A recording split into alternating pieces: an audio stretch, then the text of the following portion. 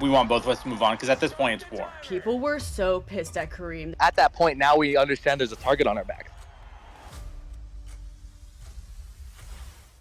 Hi everyone, me and Ivy are back with another podcast episode. We have one of the two brothers that you guys probably already know from the earlier episodes. We have Hazim on right now, number 527, and his brother is Karim, number 406.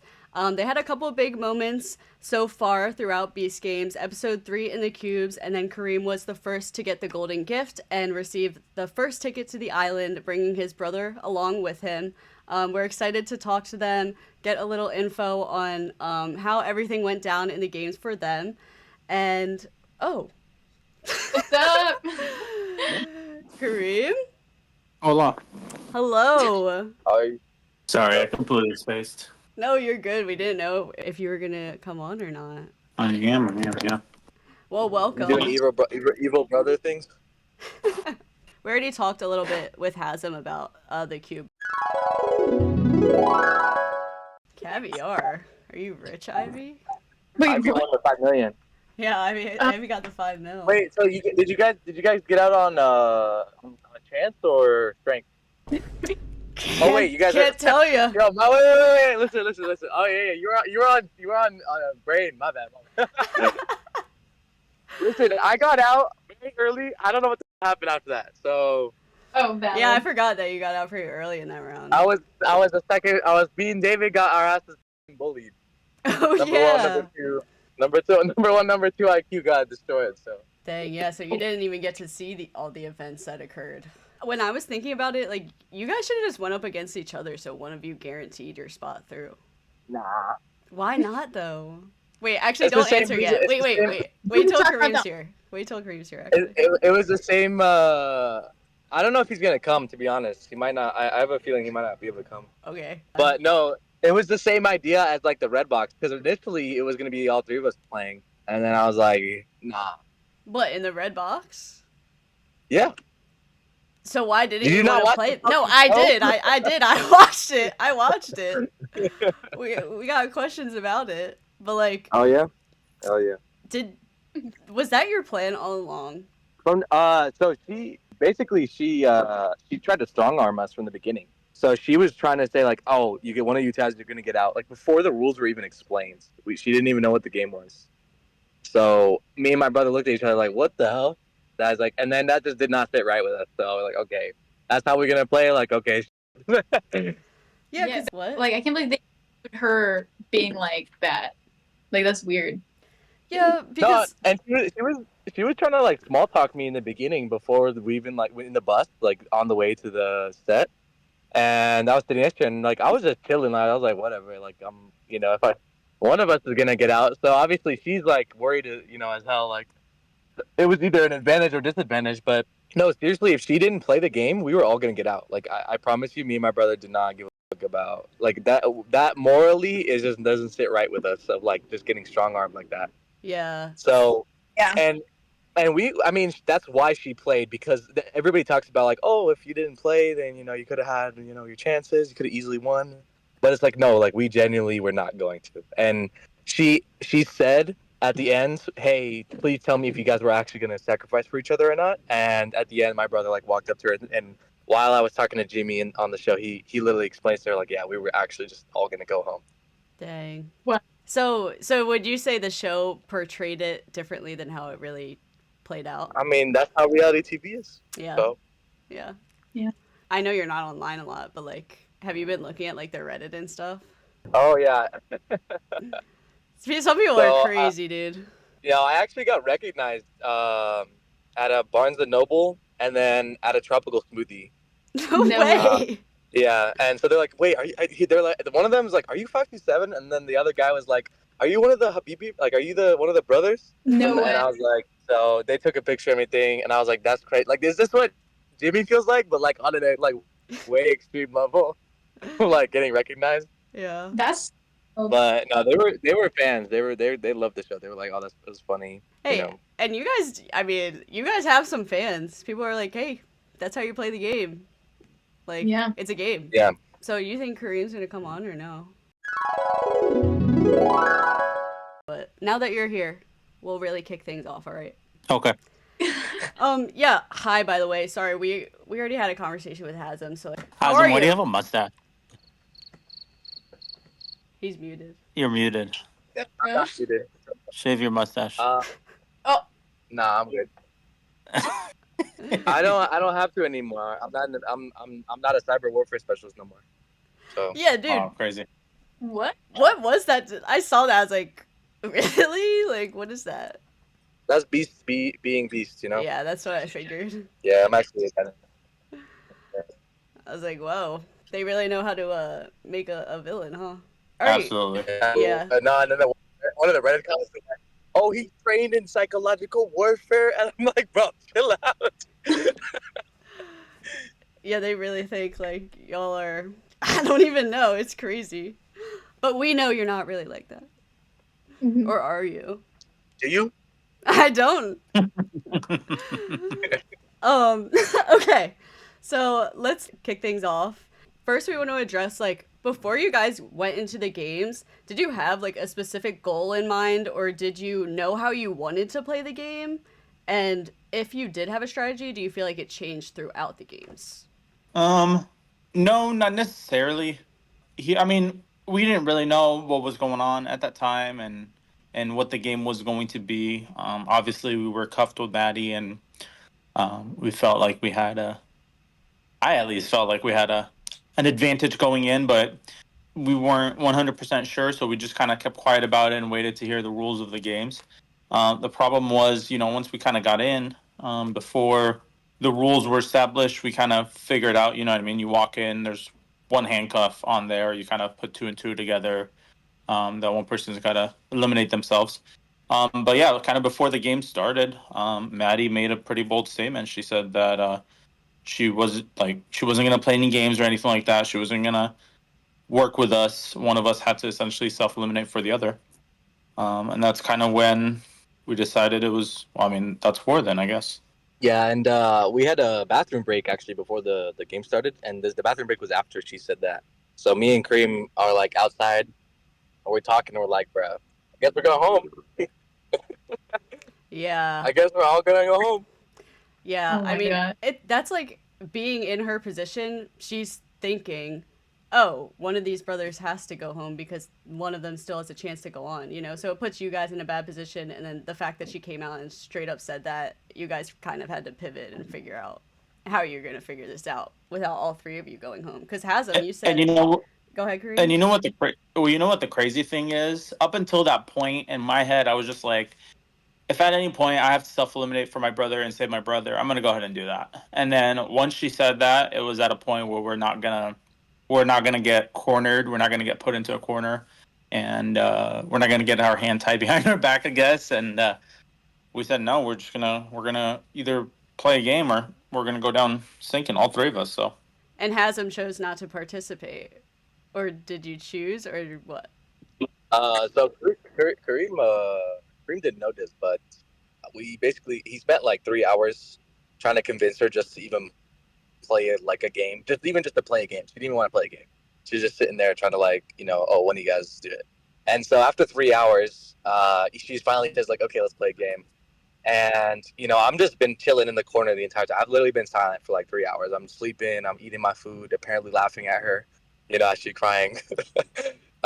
So basically, Jimmy comes the first time, and on the show, it's like, yeah, hey, you guys draw cards. You go try cards, and it turns to me, and I'm like, nope, I'm not drawing cards. And it's just because I was like, well, if she wants to play that game, it's like, okay, well, have fun. One of you two get out, because it's like it's either you get out or it's like we both go, or Kareem goes, for example, right? Because the thing is we were at the point where like, okay, well, if you want to be the person to be like, okay, hey, one of you two get out, then we're not gonna play like that, and we're gonna play a different game, So we kind of, I in my head, I'm like, I'm not gonna play this. I didn't tell Kareem any of this, and they didn't show this in the show at all, but he got really pissed at me, and he started swearing in Arabic, and calling me stupid, and everything like this, and I still was like, nah, I'm not gonna play.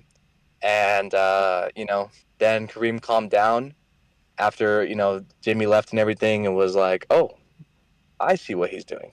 And so then we were like, we were in sync after that. Because essentially what it was is we had the way we looked at it. Yes, there was three people, but the way we looked at it is Hazim and I are a team, and Maddie is a team at that point. And there was a 66% chance that the Maddie team was gonna move on, but there was only a 33% chance that the Hazim and I team was gonna move on. And at that point, it was just taking it from, and we looked at it as we want both of us to move on because at this point it's war, right? Again, like it's not being fair. It's no, we were put in between a rock and a hard place, and all's fair in love and war. So we were gonna, we just changed the odds basically from 33-66 to 50-50, and there was still a 50-50 chance that I was gonna get out, but I didn't. Yeah. Right, yeah. So your position was essentially at risk. So from your guys' perspective, what did you guys hear about our cube during the games? What did you guys know? Honestly, all I heard in the games was they were manipulating her and talking in another language so she couldn't understand. That's all I heard in the games. Yeah, I heard the same thing, and it was like instant, like right when we got back to the city, like that night. That's what But it was also like, I don't understand how we found out about that. Like, how did that start to get spread? So apparently, Jimmy himself. Well, I don't think so because they're saying they found out about it immediately that night when they got back. Yeah, I mean, this is all nothing's confirmed, but at least from what I heard, Akira had mentioned that Jimmy told him what happened. But again, I don't know if that's true or not. I'm not sure. Yeah, it also could have been, what was the girl's name, Maddie, in your cube? Like maybe someone ran into her, because I know I ran into a lot of people that were eliminated after the red cube and like heard their stories, so maybe they came from that too. Yeah, which I mean, at that point, it's like, isn't the whole point of like to be sequestered after you finish the game? Like literally every single challenge except that one had been like the people got eliminated went back to their stuff. Yeah, that really spread like crazy because by the time we were at the island, that was like the number one, like, oh my gosh, that happened. That's crazy. And then I mean, like, and then Patrick was like, so, I heard the Habibi. Oh yeah, in the show. I love Patrick. Yeah, that was so funny, dude. Yeah, so I guess that covers everything in the cube, and it kind of clarifies, how everything went down. So talking about Habibi, can you name like who was in your alliance essentially? Yeah, I mean it was really everybody on our helicopter. That was the alliance. Mm-hmm. Yeah, the helicopter was the alliance. That's where the alliance started. It was in the helicopter. I mean, think about it. If you're getting picked by somebody, you're like, oh my god, they picked me. Like I feel so special. I feel so like, I feel so loved. I feel so, and it's just automatic of like, we all became buddies. Yeah. Right. Well, I mean, we were already, there was already, I wouldn't want to say an alliance, but like we knew everybody there. So like obviously my brother and I are brothers. So like that's that. Ellie, the next pick, she was somebody that was like, so I was 406 and I want to say she was like 409. So she was a couple spots down from me in the tower. So we kind of got introduced at the tower, and then we're part of the same kind of friend group throughout the city. So we just got closer together, and our friend group kind of dwindled down that it was literally just her and I left. And then Z obviously is also an Egyptian that we had met, and he was on our same floor when we did the trivia. Yeah, he was on the same floor as us when we did the trivia. And then Nate was also on the same floor as when we did the trivia. And then Tawana was also at the same floor as us when we did the trivia. So then it was, at that pick, it was just kind of Nate, or Ziad, Nate were kind of obvious. And then, well, what are we going to do at this point? Who do we pick? And then at that point, it was everybody but Ellie that was on the floor with us. And it just made sense because we had just come back from Tawana not taking the bribe. So then that was the most logical and it made the most amount of sense at that point because it was just like, well, she didn't get us out, so we'll give back at this point. And then you could see she did not expect that in the show. Like she did not at all. Like yeah, because we didn't really like know her at that point. I mean, I had been an associate. I mean, Twana, and she was, you know, everybody knew Twana from the beginning, even from Vegas. And you know, I was on the same team as her at the Rock Pole, and then on the same platform as her at the very, very end in Vegas, that very last challenge. You know what I mean? So it was just by association. I was there, and I knew her. I just didn't like speak to her. So it wasn't really until the island that we got there, and we just all ended up in the same group. We're on the same helicopter. We were the first people, some of the first people on in you know, in the transition period in the hotel and stuff like that. And then we also ended up sharing a bunk with the six of us. So then it was just we there by got, association. I think we got the biggest one on the island. It was four, or was it four, or no, it was girls and guys, right? And then we were the only co-ed cabana. Oh so yeah, I remember that. I didn't know that it was all of like your whole like Habibi Alliance was in the same Oh room. yeah, it was all of us in the same cabana. So, being the first people to get on the first helicopter, did you feel like that essentially either gave you an advantage or like put a target on your back, being the first people to go? I think at the time it felt like it gave us an advantage because when you, and you guys know this, right? Obviously with production doesn't happen overnight, you know, so like one episode may take a couple days. So when you're sitting there and you haven't done your challenge yet, day over day, that anxiety kind of kicks in. So while everybody else kind of had to deal with that anxiety of not knowing if they're moving on or not, we were like, okay, cool, we're good for a couple more days. We're relaxing. We're out of the city. We're waiting for the rest of the helicopters to catch up. And it also gave us time, the most amount of time to debrief and then start talking to everybody else and kind of figuring out where everybody is at and kind of resetting into that mentality of next game. The fastest. I don't necessarily think the helicopter put a target on our back because I think everybody at that point was dealing with their own emotions and dealing with their own challenges as with the helicopter. Because Jeremy had that, you know, big target on his back, and so for us, we're like, oh wow, like there's a lot of drama that's going on, and again, we're under the impression that no one knows what's going on in that cube, right?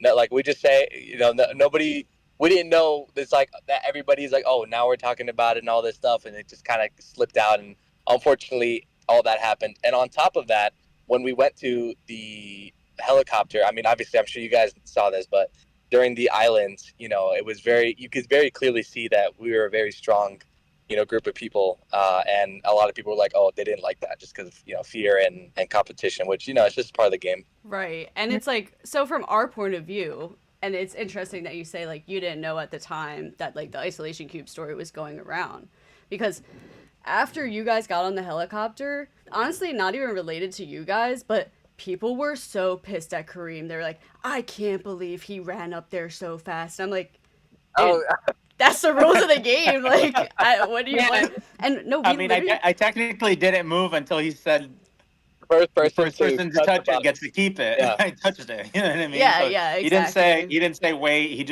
It just happened. You know. So Yeah, and that's how it is. Like, you know, if Cream got eliminated, I'm sure they wouldn't be pissed that he was the first person. Right, to get, exactly. obviously. Yeah, I know. So wait, going into the game about like the box, Kareem, did you have the mentality that if there's something like that, like one person do this, were you like set going into the game? If something like that comes up, I'm gonna do it. Because personally, I knew if there's something like that, I was not gonna do it. There was no chance. What do you mean? What do you mean for the present? Yeah, for the present. Okay. So. You want to explain my that story? mentality, huh? You want to explain the story not the night before? Yeah. My mentality and my mindset for what happened kind of stemmed from the night before. So the night before, we, you know, with everything that kind of happened in the cube, again, we didn't necessarily go in with a plan. It just kind of developed. And when we're exiting and we're celebrating, I mean, obviously, like, our friend just got out and there's a whole lot of people getting out, but it was more of we were up against the wall and we didn't think that we were going to make it out at all. And then 5 hours later, we both made it out. So it's kind of a celebration of like relief, like, oh my God, that just happened. And that's where that comment and that celebration is coming from. But obviously, we're somber that we lost friends, not just Maddie, but other friends as well. The whole mood of everything is somber. So it's just like we couldn't really like talk to each other and debrief of what just about what just happened. So we didn't really say anything until we got into the bunks with each other, because we slept right next to each other. I was just talking with Hazim, and I was just like, what made you like, why'd you do what you did? Why'd you not take a game at that point? And he said a comment to me that kind of stuck with me, and he said, essentially, in my head, I thought, what is the craziest thing that I can do right now in regards to entertainment? What is the absolute craziest thing I can do right now? And at that point, to him, it was, don't take the card, don't take the game. So that mentality kind of stuck with me. And then throughout the game, I had noticed that there was kind of a roller coaster of emotion, that went on, and it started out with a high and then came down to a low and then a high and then a low. So at that point, right after the red cubes, that was like the lowest of lows we had up until that point. So my next instinct when I saw the red or the golden cube, in my head, I'm just thinking, well, I don't know if this is going to be good or positive, but this was negative. We just had a really, really negative experience. More than likely, this is going to be a positive experience. And then at the same time, what's the craziest thing that I can do right now? Well, it'd be, from an entertainment perspective, it'd be touch the box, touch the cube. So yeah, no, when he was explaining, you can actually see me. I'm not really paying attention. I'm putting on some chapstick, and it just, when he said it, first person touch the cube keeps it.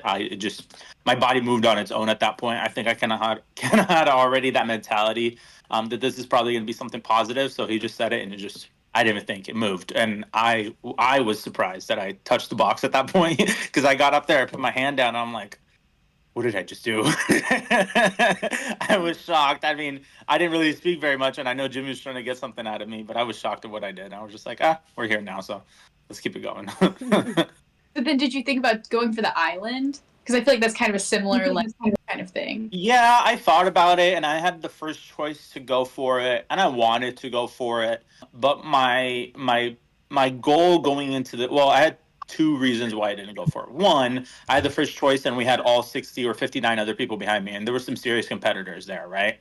And before anything was explained to us, the vibes that we got were like Survivor vibes. You know what I mean? Where they're going to be physically challenging games, and I'm like, there's some guys on this, and there's some girls in this group that I just would not want to compete with, and I don't think I can compete with well. And I'm the first, right? I don't know how many people behind me are going to want to say yes, so I just said, well, I don't think this is a smart decision for me right now.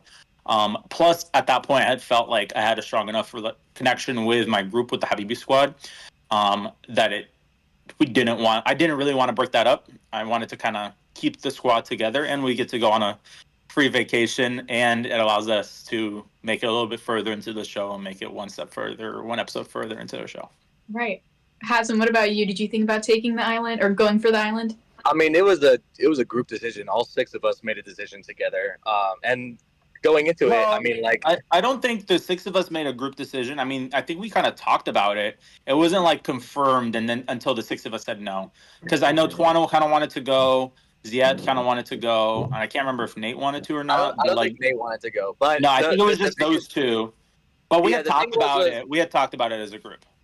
The biggest reason that you, again, like he mentioned, is like you don't know who you're going against, right? So it's like, imagine you get picked, and in my head it was like, okay, well, I probably have a higher chance going forward with these group of people than to go on my own against these others. And people talk about like, oh yeah, you have a 1 out of 60 chance instead of a 1 out of 9, and it's like, well, that's not really true. You have people who make alliances, people who choose other people. For example, Tuana, who made that decision, she has a higher chance of being picked by Karim, right? Some random person he doesn't know, doesn't have a higher chance of moving on. So it was kind of that calculation of like, well, you have all these people who are, we're all pretty like buddies.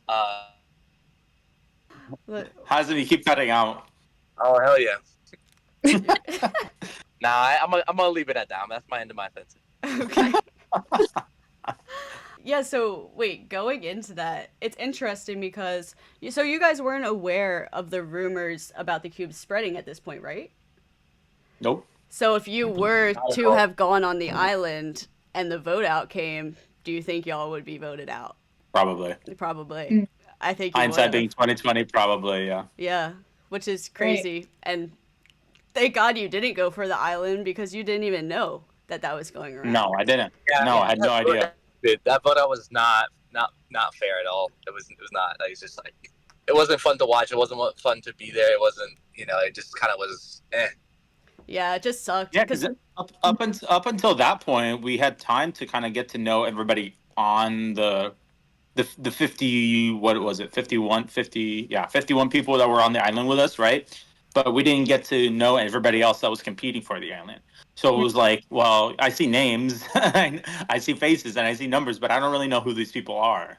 Yeah, no, for sure. Yeah, I was literally Sorry, the same Larry. way. But I'm sure everybody knew. I'm sure everybody who knew what we did in the box, so they would have immediately gravitated towards that. Oh yeah, right, for sure.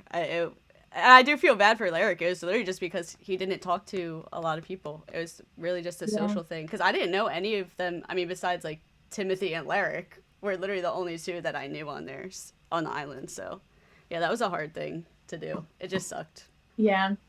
Felt weird watching it. I was like, praying for my vote.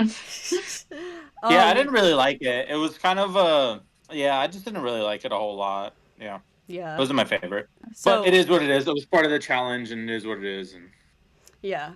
I got outed for it, but it's okay. So, like, let me ask you this. At any point in the game, did you feel like there were people coming after you? Or, like, at what point in the game did you realize that? At a certain point, I did. It wasn't. At no point did I know it was because of what happened in the cubes until. Okay, are we talking about like? Yeah. Are we talking about how we get eliminated? Okay, Yeah. cool.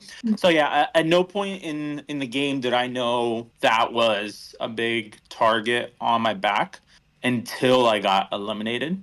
Until Akira said what he said, like he made the speech that he made.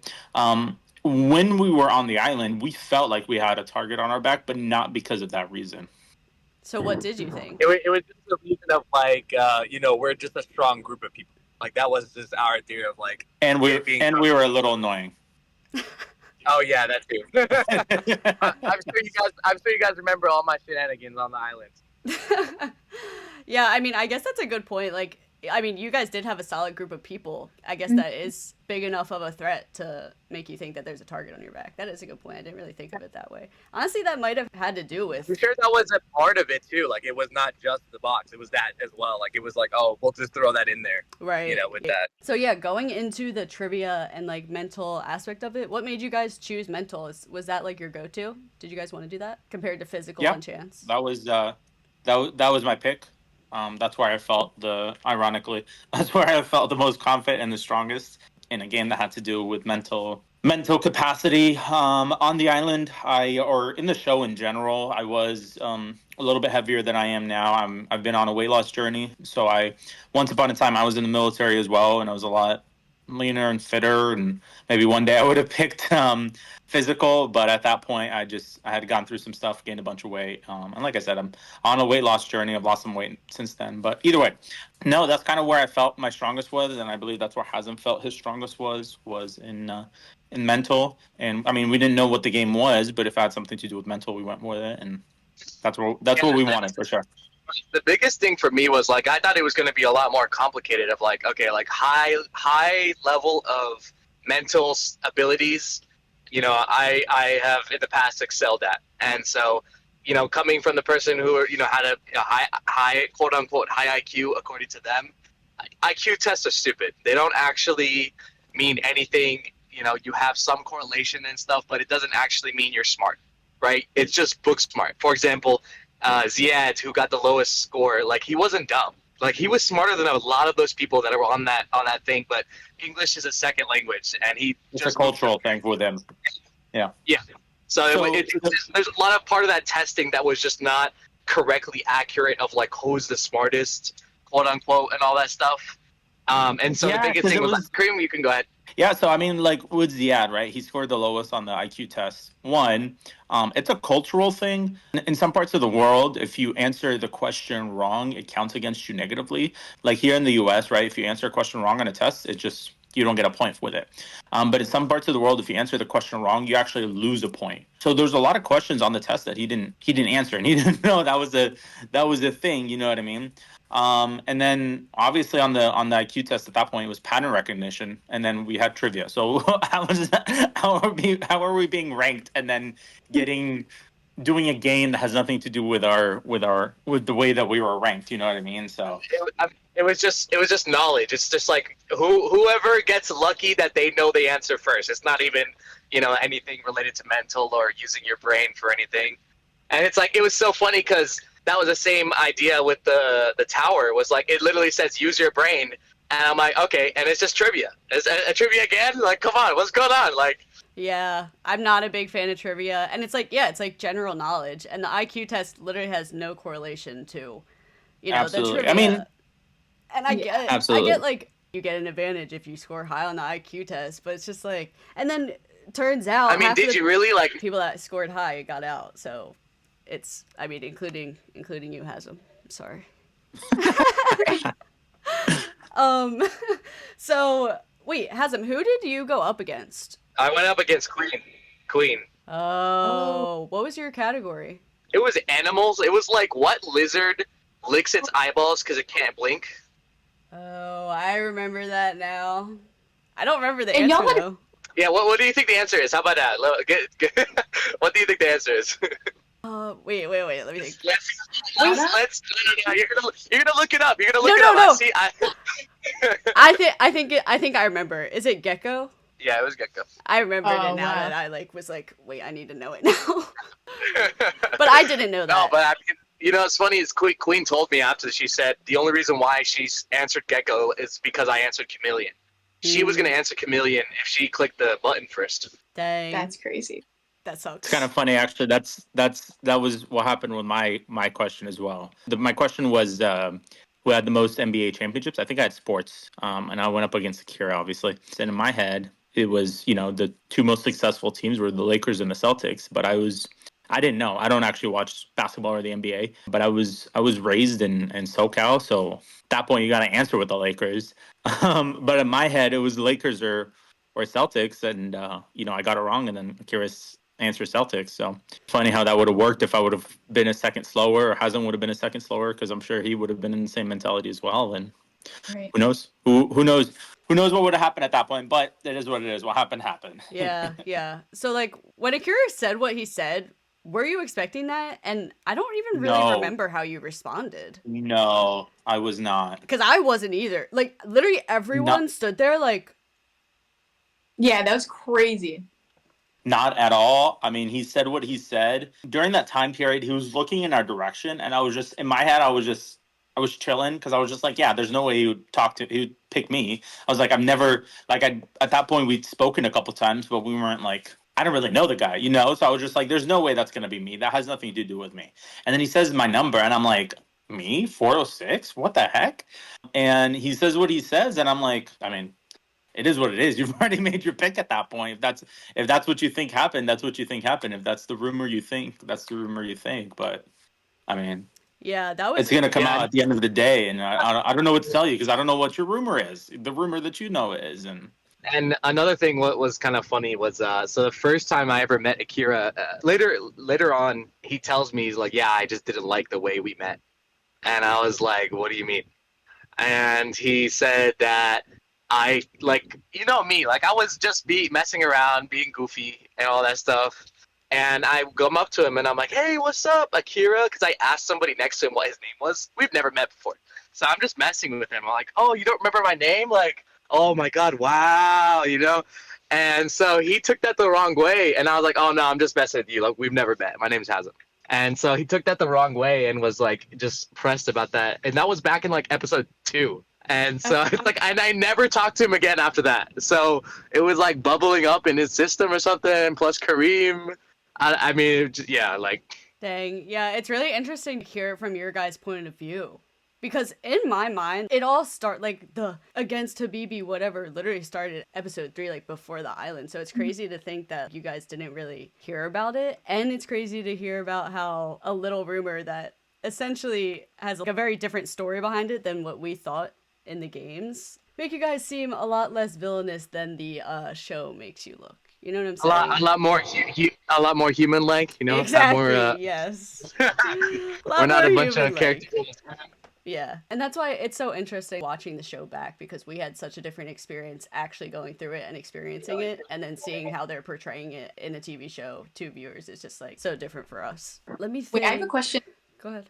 Kareem, were you hoping Hazim was going to pick you, or what was going through your head? I mean, we were in a. I'll let him answer this, but I think I can speak for both of us by saying we were kind of in an all or nothing mentality, especially about what kind of happened after the cube. That it was, that was the mentality we were in. We went all or nothing, and we want as best chance as we can for both of us to make it through. Because I mean, if you Because think, remember the thing is the at that point now we understand there's a target on our back. So if I go ahead and pick Kareem and one of us goes, now it's an easy pickoff, right? There's one more Habibi brother left. But us together moving forward would have gotten our chances way higher. yeah, absolutely, definitely wanted to do an all or nothing, and I mean, hindsight being 2020, maybe that would have been the better shout, but I'm not mad at Hasm for for not picking me, and I don't think he regrets his decision either. Because I mean, it had some funny moments. So yeah, if it would have gone through, that would have been different. But you know what I mean? Who would have known at that I mean, point? it's But kind of it is what it is. poetic, right? Like, You also got to think at that point, right? There's only 52 of us, so most people have a 1 in 52 chance. We have a quite literally double the chance of everybody else Right. of winning money, and we wanted to keep that because that's a big advantage, and we wanted to keep that advantage for as long as possible. But it is what it is. And did the Habibi squad, like, when y'all chose between mental, chance, and physical, did y'all, like, discuss that too? How did that play out? Because it sounds like y'all made a lot of decisions as Alliance members. Yeah, we definitely talked about it as a group. I mean, everybody chose on their own. There wasn't like any pressure or anything like that from anybody going anywhere, and we picked together. And the four of us, Twana, Hazem, Ziad, and I, when we said we were going mental, cool, great. We just kind of stuck together. And then when Ali and Nate went physical, we just hey, take care of each other. You know what I mean? Type of ordeal. And we'd hope for the best coming out on the other side. So. Yeah, so no, I mean, like I said, we definitely talked about it, but it's not like, hey, all of us or none of us, but that's where you feel comfortable. That's where you feel comfortable. Cool. Right. Okay, that makes sense. I'll shoot out a question real quick. All right, Kareem. Say Hasm got out episode 2. Do you think your game would have went a lot differently not having your brother with you? Well, if he would have gone out episode 2, I would have also gotten out. Okay, but like, episode 2. say We he were was on a different team, yeah. Hypothetically speaking, right? If he wasn't there in episode 3 with me, do I think I would have gotten as much screen time as I did? Absolutely not. I don't think so. I think part of it was what happened in that area. Do I think I would have made it out the same way? Would have my game been played the same way? I don't know, because I don't know what would have happened at that point for me to pick. I mean, I'm sure I would have still ended up with Maddie as a person in my group, but then the third person is the third person, and then we're playing a game of chance, hopefully, and who knows at that point, So definitely not. My game would have definitely been completely different, and yeah. Yeah, I'm sure it's better rather be a villain than not a character at all, I guess. Right, than a background character. Yeah, so now that we've all been eliminated at this point, now that in this conversation, so that's really unfortunate for all of us. But how did you feel after being eliminated? Were you upset? Were you like happy the way the game turned out? How'd you feel? The biggest thing, I mean, I don't know if you guys remember, but it seemed as if because we all already like made to the island, we felt like we got enough. It was like satiated. Everybody who got out, nobody was upset. Like people who got out early, they're like, no, I didn't. They didn't feel like they got a good chance. All of us were like, okay, like it just, we made it pretty far. It's time for us to go. Now everyone can win 5 million. So I mean, people had like the psychology or psychologists and everything, and I'm sure. I don't know about you guys, but from what I heard, everybody went out pretty like tame, pretty like okay with what happened and everything like that. For me, I was just happy because I was like, oh, time to go home. It's been 3 weeks now, so get back to my life. Yeah, there you go. Yeah, it was pretty stoic for me as well. It is I mean, it happened. What happened. Do I wish I could have gone further? We all wish we could have gone further. We all wish we could have won the 5 million. But yeah, no, like Hassan said, I think I was pretty satiated at that point, and I was just like, okay, cool, it happened. It is what it is. Like such is life. It's almost like you're done and you're like, okay, let's go back to life. Like immediately, like done. Like snap the fingers. Like I'm ready. Let's go. Yeah. I was like the same mentality. Obviously, I was upset. Everyone's gonna be upset. We just lost our chance at 5 mil. But I was the same way. Like, we made it to the island. Like, look how far we got. Look how much we got to experience. So I was really grateful that we even made it that far. You know, like we were so lucky to even make it that far, because in reality, the whole beginning of the game was essentially luck. So I was happy about it, but sad, you know. Yeah, I felt the same way. I was like content at that point because we experienced so much, and I mean, correct me if I'm wrong. I think the game didn't even go on for another week. Like, it was already, we didn't even have a week left until the end. So I felt pretty good making it that far. Like, we experienced a whole lot in that time. So yeah, for sure. Yeah, I mean, I guess we're pretty much wrapping stuff up now. One more question. Do you have any real beef with any contestants on the show now? Absolutely not. No, I'm good with everybody. I'm good. I'm on very good terms with Maddie. I'm on very good terms with Akira. Like, it's part of the game. Yeah. You know what I mean? And there are some people out there that I don't know that were a part of the show that apparently have beef with me, and I'm like, okay, cool. Like, all right. But I mean, it is what it is. Me personally, no, I'm cool with everybody. It was a fantastic experience, and it's a dad lore type of ordeal, right? Like, I can one day when I have kids or grandkids, I was on Beast Game, so it was Back when I was good. your age. Yeah, back when I was your age. Yeah, look what I was doing. Yeah, I was competing for 5 milli, bro. Yeah, I mean, that's what I feel like everyone that was in the games, everyone understands that it's a game. You know, there's not really real beef outside in the real world for most people on the show. Except Patrick, baby. I don't know. Except, who, Patrick? Did you say Patrick? Yeah, Patrick. Patrick came up to us and just really like apologized at the premiere. Oh, really? Yeah, and he was like, "I'm so sorry, bro." And like me and Kramer were like, "Bro, like just chill out. Like, it's not that deep. Like, it's like Like, we knew that your alliance and our alliance had, like, that's the part of the game. like, but it's a game. Like, that's expected. Like, it's chill. Like, I don't think of you less. If anything, I think of you more because of the way you played the game. So Yeah, exactly. Right. And Patrick had that same mentality too, like it's a game. And it's funny, real quick. From my point of view inside the game, I was like, the two Kingpins are Karim and Patrick. And it's like, they're head to head. And then there was one point in the game where, I don't know if you know this, but you and Patrick, we were all in the city. It was later in the game. And you and Patrick went off on like a walk and like had a conversation. And everyone was like, oh my gosh, they're teaming up. Like, they're going to take everyone else out and they're going to team up together. Like, it was so funny. Just like the way things played out. that's so funny. I think we made that same joke when we went off on that walk. I don't remember what we were talking about specifically, but I think we made that same joke that people were gonna think we're teaming up, blah, blah, blah, blah, blah. And I was just like, yeah, I think it was funny. No, it was a good time. I definitely had a good time. I made lifelong relationships with a lot of people, especially people that were on the island with us, obviously.